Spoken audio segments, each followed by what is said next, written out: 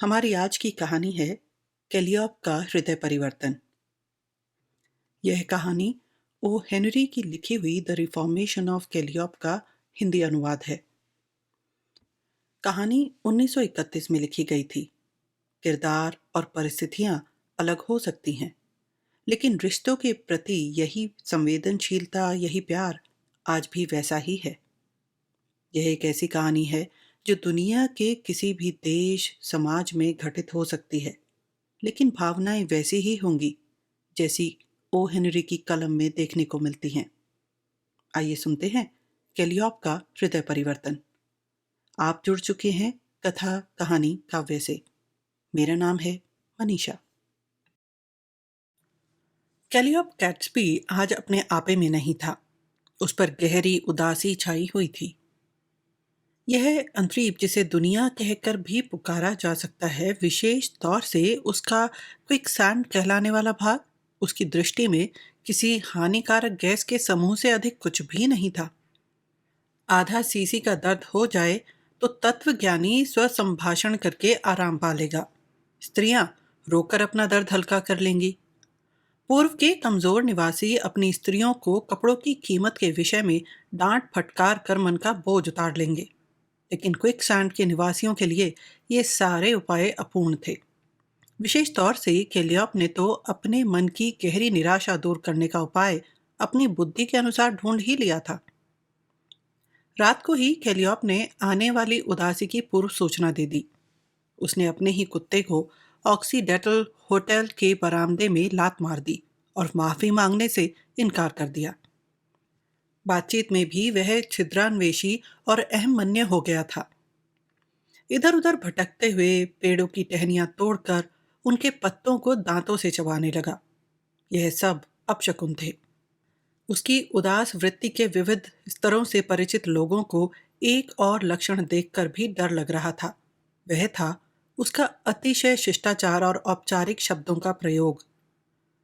उसके सदा के मर्म भेदी कठोर लहजे का स्थान एक धीमी फुसफुसाहट ने ले लिया था। उसके व्यवहार में एक खतरनाक तकल्लुफ आ गया था और उसकी मुस्कुराहट विकृत हो गई, जिससे उसके चेहरे का बायां भाग कुछ तिरछा उठा हुआ दिखाई देने लगा। इन सब लक्षणों से क्विकसैंड के निवासियों को आने वाले दुर्भाग्य की पूर्व सूचना मिल गई। ऐसे समय कैलियोप अक्सर शराब पीना शुरू कर देता था। उसी दिन आधी रात के करीब वह घर जाता हुआ दिखाई दिया। रास्ते में मिलने वाले हर व्यक्ति को वह झुक झुक कर आपत्तिहीन सभ्यता से नमस्कार करता जा रहा था। अभी तक उसकी उदासी खतरे के स्तर तक नहीं पहुंची थी। खतरे की घंटी तो तब बजती है जब वह सिल्वेस्टर हजाम की दुकान के ऊपर वाले अपने कमरे की खिड़की में बैठकर सुबह तक बेसुरे दर्द भरे ग्राम गीत गाता रहता है और साथ में गिटार की टांग तोड़ता हुआ शोर मचाता रहता है। उसका हृदय सम्राट नीरो से भी अधिक उदार था, इसीलिए क्विकसैंड पर आने वाली आपत्ति की संगीतमय सूचना वह पहले ही दे दिया करता था। वैसे तो कैलियोप कैट्सबी एक शांत और मिलनसार आदमी था, आलस की सीमा तक शांत और निकम्मेपन की हद तक मिलनसार। ज्यादा वह आवारा और उत्पाती था, पर बिगड़ने पर क्विकसैंड के लिए साक्षात यमदूत। उसका प्रत्यक्ष पेशा था किसी मकानों के दलाल के यहाँ नौकरी करना। सीधे साधे पूरब के निवासियों को वह मकान, जमीन या गोचर दिखाने ले जाया करता था। दरअसल वह दक्षिण का निवासी था।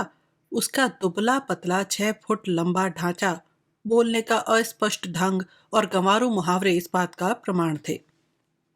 परंतु फिर भी इस पश्चिमी प्रदेश में आकर बसने के बाद दक्षिण के रुई के खेत और नील की झाड़ियों में भटकने वाले इस आलसी, निकम्मे और गंवार आदमी ने उन लोगों की नजरों में गुंडे की सी शोहरत पाली थी, जो जीवन भर गुंडागिरी की कला का अध्ययन करते रहते हैं।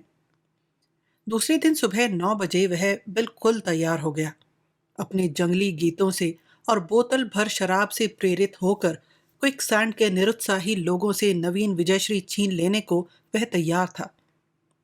कमर में कारतूसों के आड़े टेढ़े गोल पट्टे बांधे हुए, कई बंदूकों से लैस, गले तक नशे में डूबा, वह क्विकसैंड के बाजार में निकला।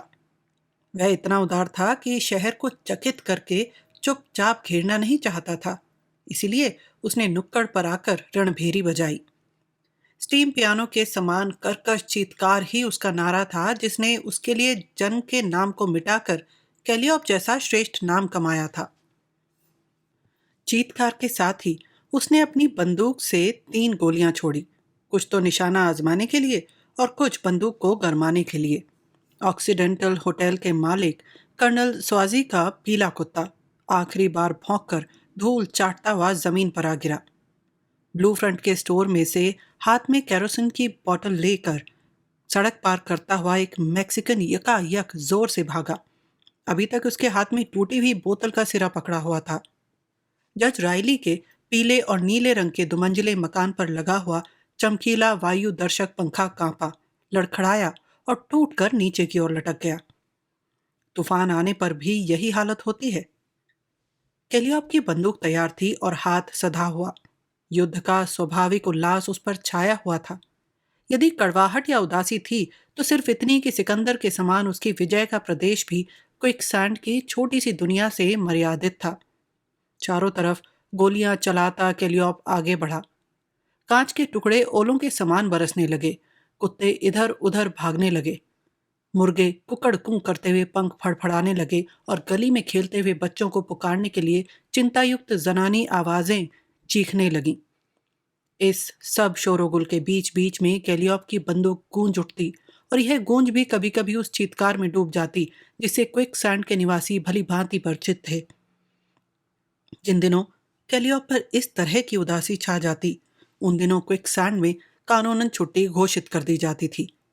जिस गली में उसका आगमन हो जाता, दुकानों के नौकर खिड़कियां और दरवाजे बंद कर देते। कुछ समय के लिए कारोबार बिल्कुल बंद हो जाता। मार्ग में सबसे पहले चलने का अधिकार उसी का था। विरोध के अभाव में और ध्यान बंटने का कोई जरिया न होने से उसकी उदासी और भी गहरी हो जाती। परंतु आज 4 चौक आगे श्रीमान कैट्सबी को बंदूक से बंदूक का जवाब देने और उनके मारपीट के शौक का स्वागत करने के लिए जोर शोर से तैयारियां चल रही थी। पिछली रात ही शहर कोतवाल बक पैटरसन के पास कैलियोप के आसन्न विस्फोट का समाचार लेकर कई अर्दली आ चुके थे। कोतवाल साहब अब तक इस गुंडे के कारनामे सहन करते आ रहे थे, परंतु अब उनकी सहिष्णुता की सीमा आ चुकी थी। मनुष्य के स्वाभाविक उबाल को क्विकसैंड के निवासी सदा से कुछ नजरअंदाज कर देते थे, बशर्ते कि शहर के शांतिप्रिय निवासियों के जीवन से व्यर्थ खिलवाड़ न किया जाए और उनकी संपत्ति को बेकार नष्ट न किया जाए।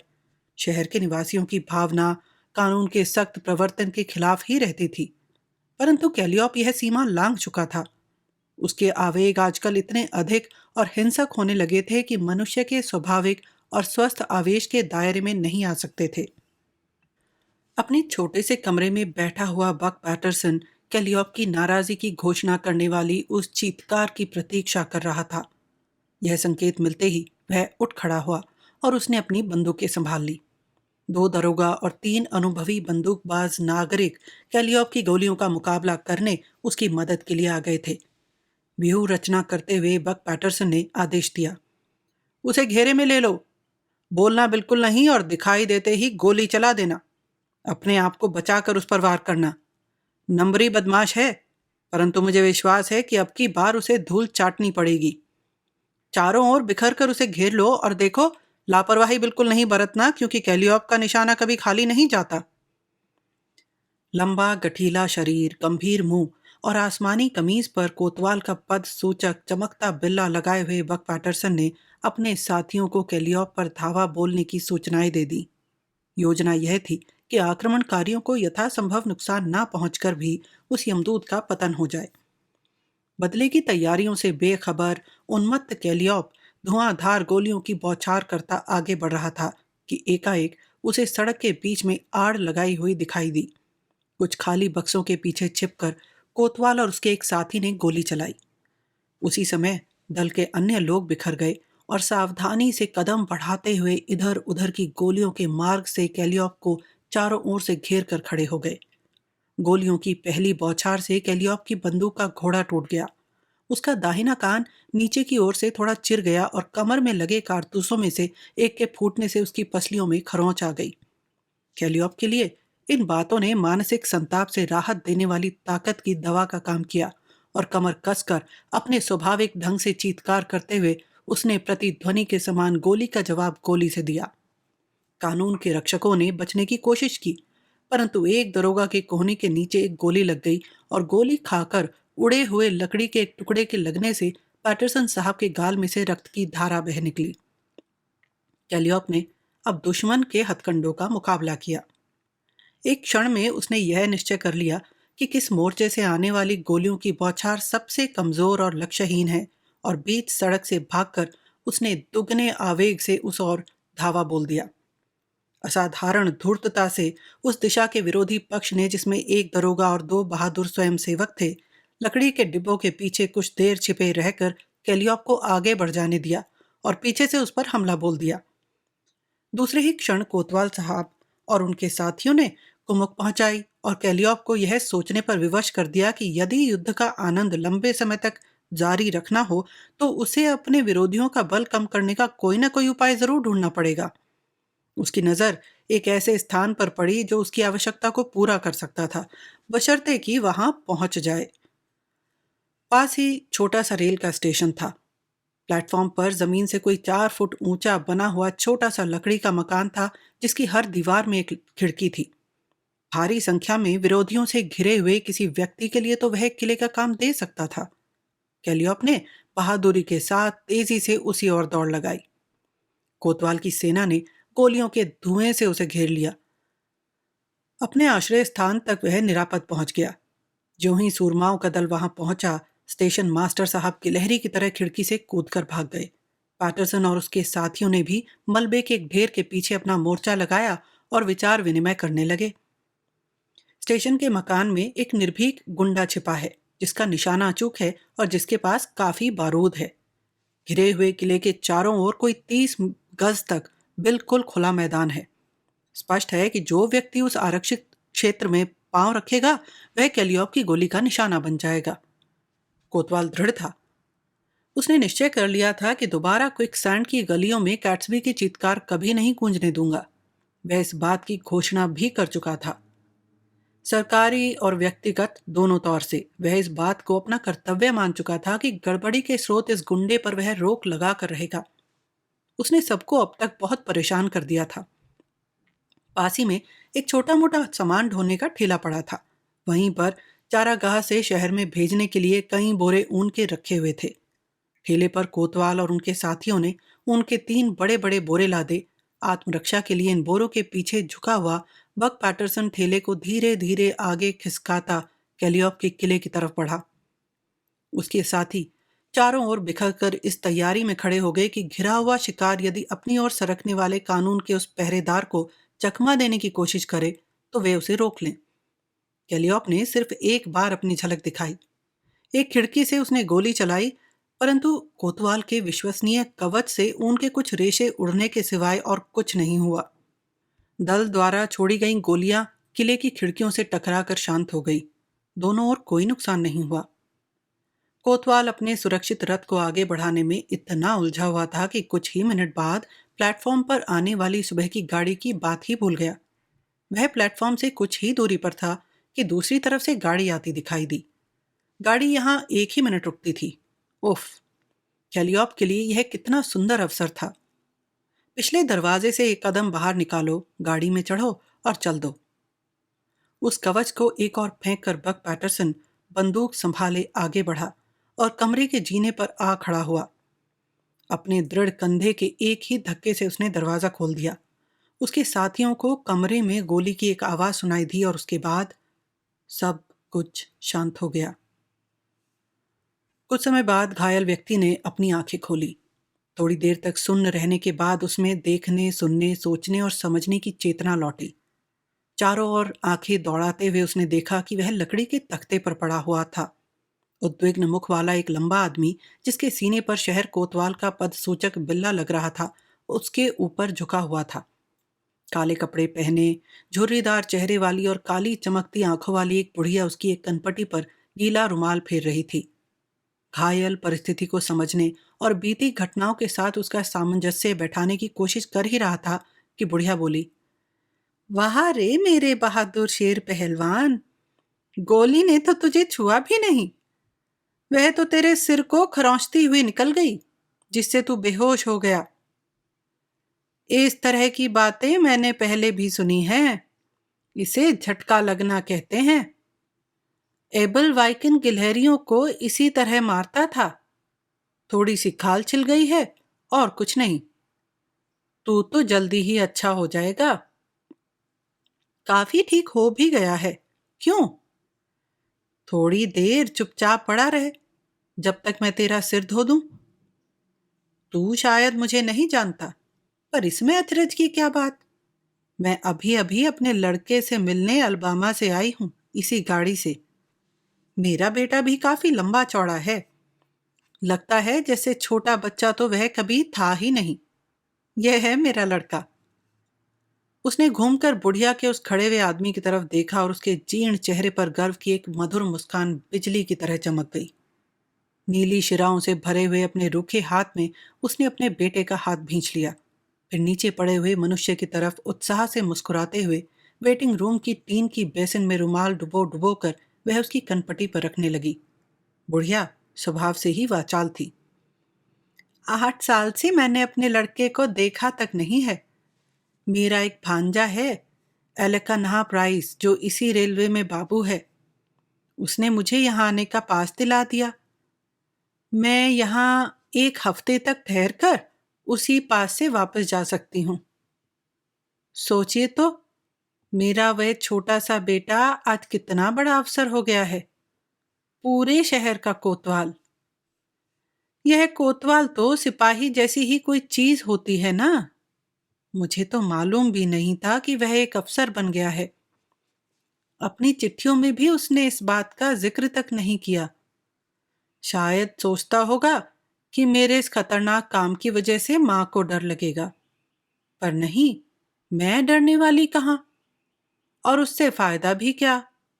गाड़ी से उतरते ही मैंने बंदूकों की धड़ाधड़ सुनी और इस कमरे में से धुआं निकलता हुआ दिखाई दिया। पर मैं बिना किसी डर के सीधी यहां चली आई। खिड़की में से मैंने मेरे बेटे को झांकते हुए देखा और उसे तुरंत पहचान लिया। दरवाजे पर ही वह मुझे मिल गया। उसने मुझे इतनी जोर से अपनी बाहों में कस लिया कि मेरा तो दम ही निकल गया।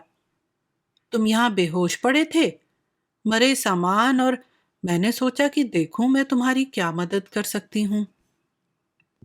घायल बोला, मैं अब बैठना चाहता हूँ। अब मैं ठीक हूँ। कुछ कमजोरी के कारण दीवार का सहारा लेकर वह बैठ गया। वह एक लंबा चौड़ा कठोर और मजबूत आदमी दिखाई देता था। उसकी स्थिर और तीखी आंखें रह रहकर सामने खड़े हुए मनुष्य की ओर उठ जाती थीं। उसके चेहरे का अध्ययन करते हुए उसकी दृष्टि कभी कभी उसके सीने पर लगे हुए कोतवाल के बिल्ले पर भी जा पड़ती थी। उसकी बाह को थपकते हुए बुढ़िया बोली, हाँ हाँ, तुम जल्दी ही अच्छे हो जाओगे, बशर्ते कि बदमाशी करना छोड़ दो और लोगों को गोली चलाने के लिए मजबूर ना करो। जब तुम जमीन पर बेहोश पड़े थे तब मेरे बेटे ने मुझे सब कुछ बता दिया था। तुम्हारे ही जैसा तगड़ा बेटा मेरा भी है, इसलिए मेरी बातों से यह मत समझना कि मैं तुम्हारे काम में खामखां टांग अड़ा रही हूं। मेरे बेटे को तुम्हें गोली मारनी पड़ी, इसलिए भी मन में डाह मत रखना। कानून की रक्षा और अपना कर्तव्य पूरा करने के लिए अफसरों को ऐसा करना ही पड़ता है, और बुरा काम करने वालों को भी यह सहन करना ही पड़ता है। इसीलिए भाई, मेरे बेटे को दोष मत देना, उसका कोई कसूर नहीं है। वो तो हमेशा से ही बड़ा अच्छा लड़का रहा है, आज्ञाकारी, दयालु और सदाचारी। अब तुम कहो तो मैं तुम्हें कुछ राय दूं। ऐसा काम फिर कभी मत करना। अच्छे आदमी बनो, शराब छोड़ दो, शांति से रहो, भगवान से डरो, बुरी सोहबत से दूर रहो, ईमानदारी से काम करो और चैन की बांसुरी बजाओ। उपदेश देते समय बुढ़िया ने काले दस्ताने पहने हाथों से घायल आदमी के कंधों को सहलाया। उसका चेहरा बहुत ही निष्कपट और सच्चा दिखाई देता था। फटे पुराने काले कपड़े और जर्जर टोपी लगाए वह अपने लंबे जीवन के अंतिम दौर से गुजर रही थी और संसार के अनुभवों की मूर्तिमान प्रतिमा सी दिखाई देती थी। परंतु घायल आदमी तो बुढ़िया के पीछे चुपचाप खड़े हुए उसके बेटे को ही घूर रहा था। एकाएक वह बोला, कोतवाल साहब की क्या राय है? क्या वे भी इस उपदेश को अच्छा मानते हैं? ऐसा है तो अपने मुंह से कह दे। वह लंबा मनुष्य व्यग्रता से कुछ हिला। सीने पर लगे बिल्ले को उंगलियों से टटोलते हुए उसने बुढ़िया को अपनी ओर खींच लिया। वह मुस्कुराने लगी। 60 साल की किसी माँ की शाश्वत मुस्कुराहट। अपनी टेढ़ी मेढ़ी उंगलियों से वह बेटे का मजबूत हाथ थपथपाने लगी। नीचे पड़े हुए आदमी की आंखों में आंखें डालकर वह आदमी बोला, बेशक तुम्हारी जगह अगर मैं होता तो मैं इस बात को मान लेता। यदि मैं एक निर्लज्ज और निराश पियक्कड़ या गुंडा होता तो मैं जरूर इस बात को मानता। अगर तुम्हारे स्थान पर मैं और मेरे स्थान पर तुम होते तो मैं कहता, कोतवाल साहब मुझे एक बार मौका दीजिए। कसम खाकर कहता हूं कि मैं इस जंजाल को छोड़ दूंगा। मारपीट और लड़ाई और बंदूकबाजी सब कुछ त्याग दूंगा। बेवकूफ़ी छोड़कर मैं एक अच्छा नागरिक बनूंगा और मेहनत करूंगा। ईश्वर मेरी सहायता करे। यदि तुम कोतवाल होते और तुम्हारी जगह मैं होता तो मैं यही कहता। खुशी में आकर बुढ़िया बोली, सुना तुमने? इसकी बात मान लो। वादा करो कि तुम अच्छे आदमी बनोगे और फिर यह तुम्हारा कुछ नहीं बिगाड़ेगा। 41 साल हो गए इसका जन्म हुए और तब से आज तक इसने सच्चाई से कभी मुंह नहीं मोड़ा। लेटा हुआ आदमी खड़ा हो गया और अपने हाथ पांव झटक कर जांचते हुए बोला, यदि मैं कोतवाल होता और तुम ऐसा वादा करते तो मैं कहता, जाओ तुम स्वतंत्र हो। अपना वचन निभाने की पूरी कोशिश करना। एकाएक घबरा कर बुढ़िया बोली, अरे राम, मैं अपनी पेटी तो भूल ही गई। मजूर ने पेटी उतार कर प्लेटफॉर्म पर तो रखी, परंतु खिड़की से झांकते हुए अपने बेटे का मुंह देखकर मैं तो ऐसी भागी कि पेटी की सुध ही नहीं रही।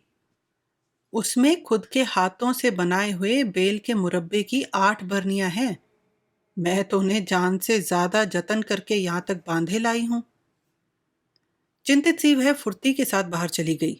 कैलियोप कैट्सबी ने बक पैटरसन से कहा, माफ करना बक, और कोई चारा नहीं था। खिड़की से मैंने उसे आते हुए देखा। मेरी आवारागर्दी के संबंध में उसने एक शब्द भी नहीं सुना है।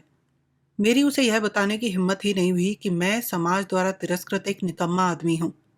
गोली लगने से तुम वहां बेहोश मरे हुए से पड़े थे। एकाएक एक विचार आया और मैंने तुम्हारा बिल्ला तुम्हारे कमीज से खोलकर अपने सीने पर लगा लिया। मेरी शोहरत तुम्हारे सिर थोप दी। मां से मैंने यही कहा, मैं तो शहर कोतवाल हूं और तुम एक भयानक गुंडे। तुम अपना बिल्ला वापस ले सकते हो बक। कांपती हुई उंगलियों से कैलियोप कमीज पर लगा बिल्ला खोलने लगा। बक पैटरसन बोला, जरा ठहरो कैलियोप कैट्सबी, उस बिल्ले को वहीं रहने दो और जब तक तुम्हारी मां शहर छोड़कर चली नहीं जाती तब तक उसे खोलने की हिमाकत करना भी नहीं। जब तक वह यहां रहती है, क्विकसैंड शहर के कोतवाल तुम हो। मैं शहर में घूमकर इस बात का बंदोबस्त कर दूंगा कि यह रहस्य तुम्हारी मां के सामने कोई और न खोल सके। और अब पाजी नीच गधे, मां के उपदेश का पालन कर। मैं भी उस पर अमल करूंगा। कैलियोप का गला भर आया। हकलाते हुए बोला, बक, अगर मैं ऐसा ना करूं तो मुझसे ज्यादा। बक चिल्लाया, चुप कर, वह वापस आ रही है।